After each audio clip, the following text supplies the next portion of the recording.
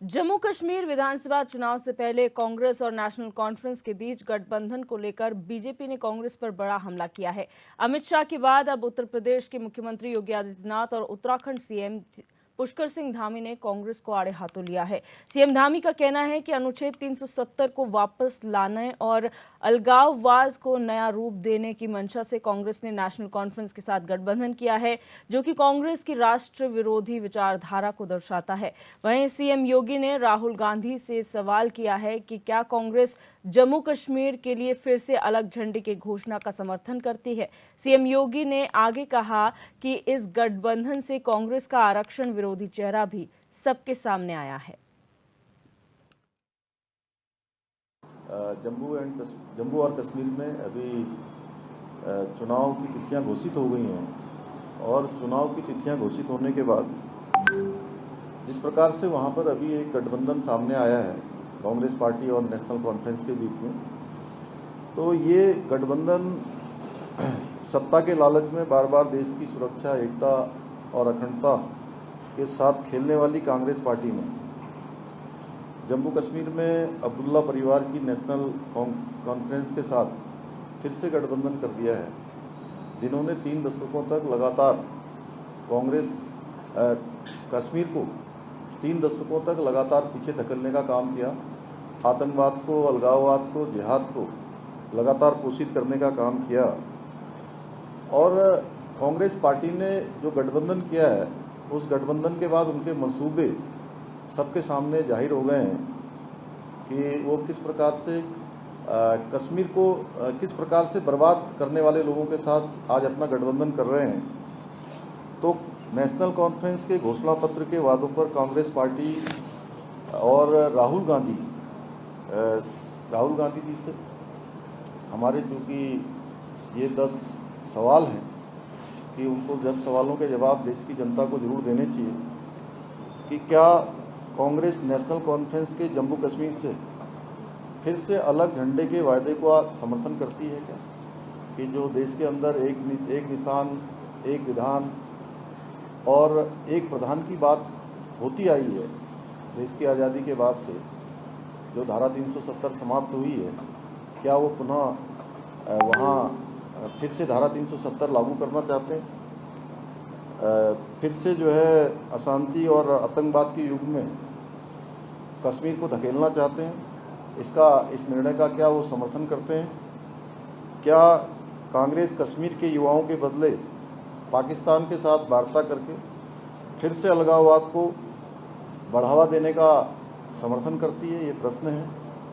क्या कांग्रेस पार्टी राहुल गांधी पाकिस्तान के साथ फिर से व्यापार शुरू करने के नेशनल कॉन्फ्रेंस के निर्णय से फिर से बॉर्डर पार से आतंकवाद और इकोसिस्टम का पोषण करने का भी क्या समर्थन करते हैं?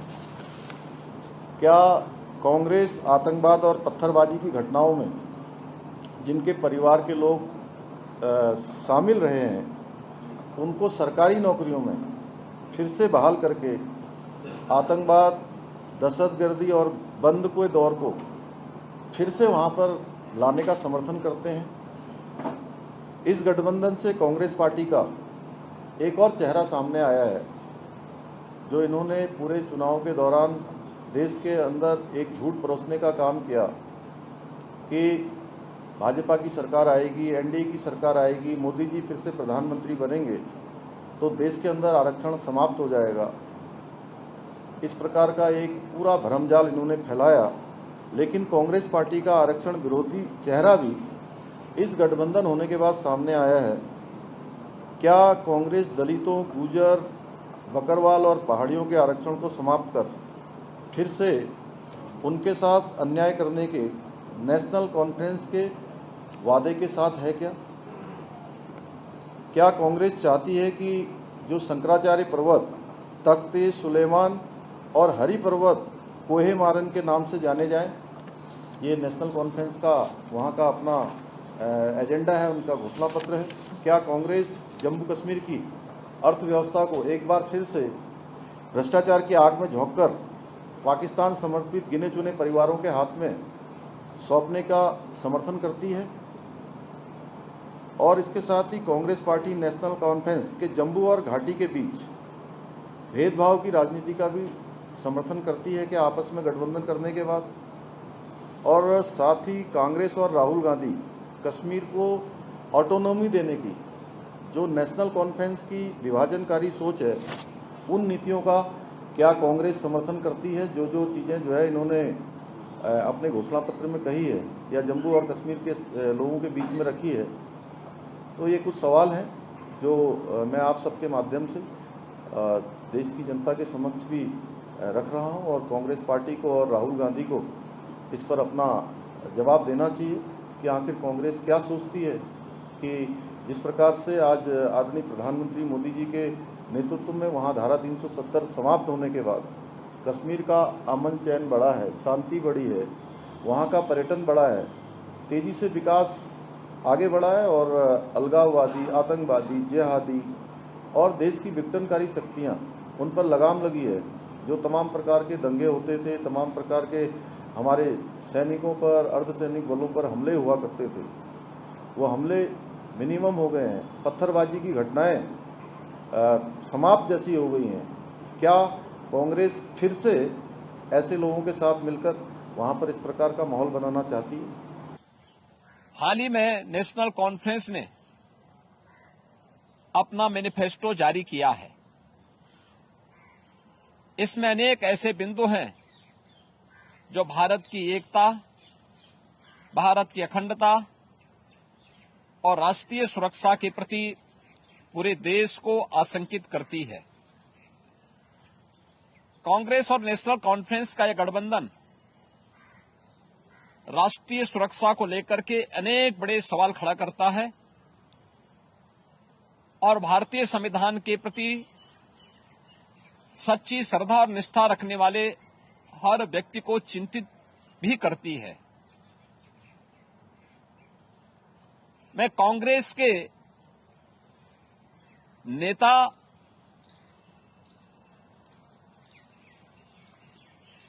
श्री राहुल गांधी से पूछना चाहता हूं कि क्या कांग्रेस नेशनल कॉन्फ्रेंस के जम्मू कश्मीर में फिर से अलग झंडे की घोषणा का समर्थन करती है? क्या राहुल गांधी और कांग्रेस पार्टी धारा 370 और आर्टिकल 35A को वापस लाकर जम्मू कश्मीर को फिर से अशांति और आतंकवाद के युग में धकेलने के जम्मू कश्मीर नेशनल कॉन्फ्रेंस के घोषणा का समर्थन करती है? क्या कांग्रेस जम्मू कश्मीर के युवाओं के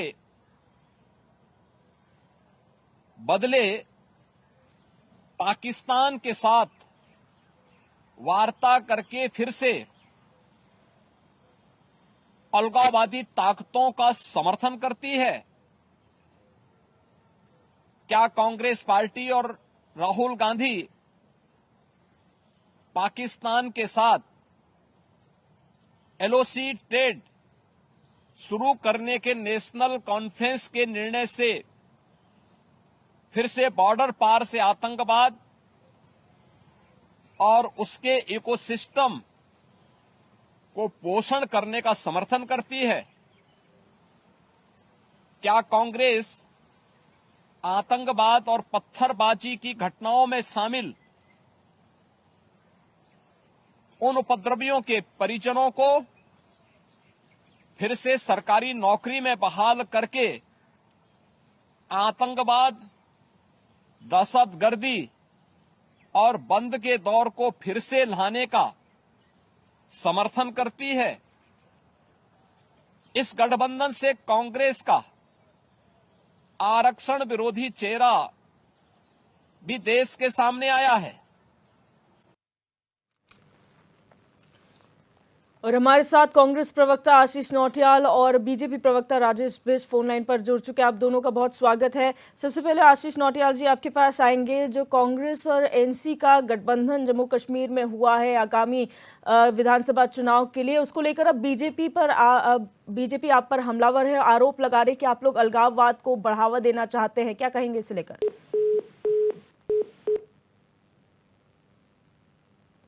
यहाँ पर संपर्क टूट गया है।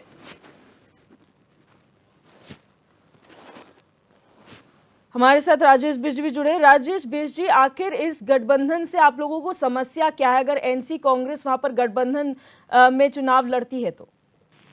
देखिए दिव्या जी, समस्या सिर्फ मेरी बात नहीं है कि भारतीय जनता पार्टी को इस बात से समस्या है। ये हमारे देश की सुरक्षा और अखंडता का मामला है। जिस प्रदेश को 10 वर्षों तक आदरणीय नरेंद्र मोदी जी के द्वारा एक प्रधान, एक विधान, एक निशान वाले एक स्लोगन को लेकर हम लोगों ने जम्मू कश्मीर की आजादी के लिए जो लड़ाई लड़ी है और उस आजादी पे जो अनेकों बलिदान हुए हैं, हमारे सैनिकों पे लगातार जिस तरह के हमले हुआ करते थे, जिन आतंकवादियों को, जिन अलगाववादियों को हमेशा से नेशनल कॉन्फ्रेंस पार्टी समर्थन देती रही है, जो हमेशा पाकिस्तान समर्थित पार्टी के नाम से जानी जाती है। अगर आप इनका हाल देखें, 10 वर्षों के अंदर हमेशा नरेंद्र मोदी जी ने अमन शांति के लिए जो हो सकता था, जो भरसक प्रयास किए जाते थे, और 10 वर्षों में जो हुआ है इस जम्मू कश्मीर में, इसको पूरे देश ने देखा है। आज कांग्रेस पार्टी की मानसिकता, कांग्रेस पार्टी की विचारधारा इतनी गिर चुकी है कि भारत की सुरक्षा से भी उसे कोई लेने देना नहीं है। कोई भी विपक्षी दल, चाहे वो पाकिस्तान से हाथ मिला रहा हो, बांग्लादेश से हाथ मिला रहा हो या अन्य किसी देश से हाथ मिला रहा हो, अगर वो भारतीय जनता पार्टी के खिलाफ होगा तो ये उन लोगों की पार्टियों पे, उन लोगों के देशों के लोगों के साथ अपना समर्थन देके भारतीय जनता पार्टी को गिराने के लिए इतनी नीच मानसिकता का काम कर रहे हैं। जी, ये अपने आप में विचार करने वाली बात है कि क्या उन अलगाववादियों के बारे में इस देश ने नहीं देखा? क्या अलगाववादियों ने हम कभी जम्मू कश्मीर के अमन चैन के बारे में सोचा? आज भी अगर आप अलगाववादियों के देखें तो इन सब के बच्चे आज भी विदेशों में अच्छी सुख सुविधा ले रहे हैं। क्यों? क्योंकि इनको विदेशों से बड़ी बड़ी फंडिंग हो रही है। उसको रोकने का अगर काम किया तो आदरणीय नरेंद्र मोदी जी ने काम किया है। अब सवाल ये पैदा होता है कांग्रेस पार्टी के अंदर, जैसे इन्होंने दिल्ली के अंदर आम आदमी पार्टी के साथ अपना गठबंधन बनाया और उस गठबंधन ने देखा पूरे उसके अंदर 2024 के चुनाव के अंदर कि उनको वहां से भी समर्थन नहीं मिला, 7 की 7 सीटें उन्हें हारनी पड़ी। ऐसे ही विधानसभा के अंदर नेशनल कॉन्फ्रेंस जैसी पार्टी का समर्थन दे रहे, जो पार्टी पूरी तरीके से इस देश के विरोध में खड़ी रहती है। उसके एजेंडे को अगर आप उठा के देखते तो आपको दिखेगा कि वो पाकिस्तान के साथ दोस्ती की बात करती है, वो यहाँ पर दोबारा से 370 को हटाने की बात करती है, वो अलग अलग तरह की बातें करती है, जिससे हमारे देश को कहीं ना कहीं सुरक्षा को, हमारे देश के बहुत नुकसान है। इस चीज को कांग्रेस ने साबित कर दिया ऐसा गठबंधन बना के उसको देश की सुरक्षा से कोई लेना देना नहीं है। ये इस बात से साबित होता है। ठीक है, आशीष नौटियाल जी, आप अगर मुझे सुन पा रहे हैं सर, ये जो गठबंधन कांग्रेस और एनसी का हुआ है, इस पर बीजेपी कई सवाल उठा रही है और ये कह रही है कि क्या राहुल गांधी इस बात का समर्थन करते हैं कि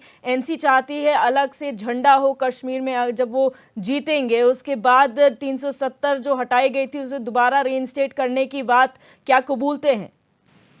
देखिए, ये भारतीय जनता पार्टी है, हम करें तो रामलीला, ये करें तो करेक्टर ढीला है। आप पीडीपी के साथ गठबंधन कर देते हैं तो ये आपका मास्टर स्ट्रोक हो जाता है, और हम करते हैं तो ये तो बिल्कुल देश के खिलाफ हो जाता है। अभी बता रहे हैं हमारे प्रवक्ता साहब, वो कह रहे हैं कि जो है ये देशद्रोही पार्टी है, इनकी बारे में बता रहे हैं। बैन कर दो तो आप तो सब कुछ है, आप तो इस समय सब कुछ है देश के अंदर, आप तो सबको कुछ भी कर लेते, इनको बंद कर दो अगर देशद्रोही है तो। आपने देशद्रोही को अगर पलने दे रहे हैं तो सबसे बड़ा अपराध भारतीय जनता पार्टी कर रही है कि देश के अंदर देशद्रोही पार्टी कोई चल रही है। कैसे चल रही है बताएं?